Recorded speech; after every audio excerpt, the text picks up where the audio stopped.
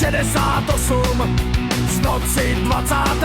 a 21. Semena začali okupovat vojska Varšavské smlouvy, aby zastavili snahy o reformu komunismu. Nechceme už žádnou okupaci,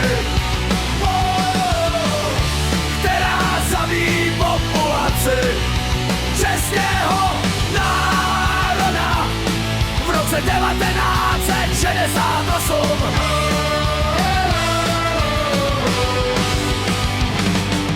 Zahynulo zhruba okolo 200 civilistů. Byli to hrdinové a vzdávám jim čest. Stejně tak vzdávám čest Janu Palachovi.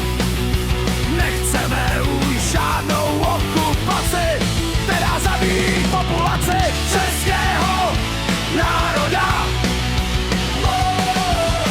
V roce 1987 soudruh Pávek napsal, že to byla přátelská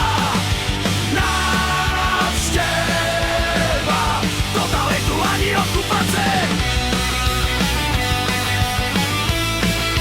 nechce zažít.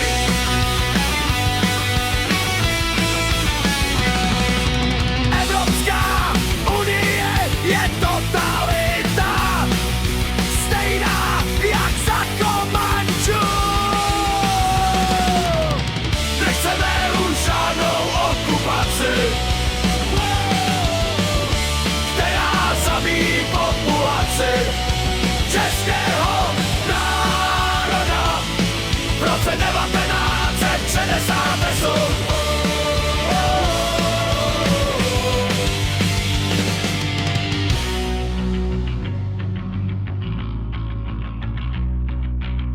Českého národa.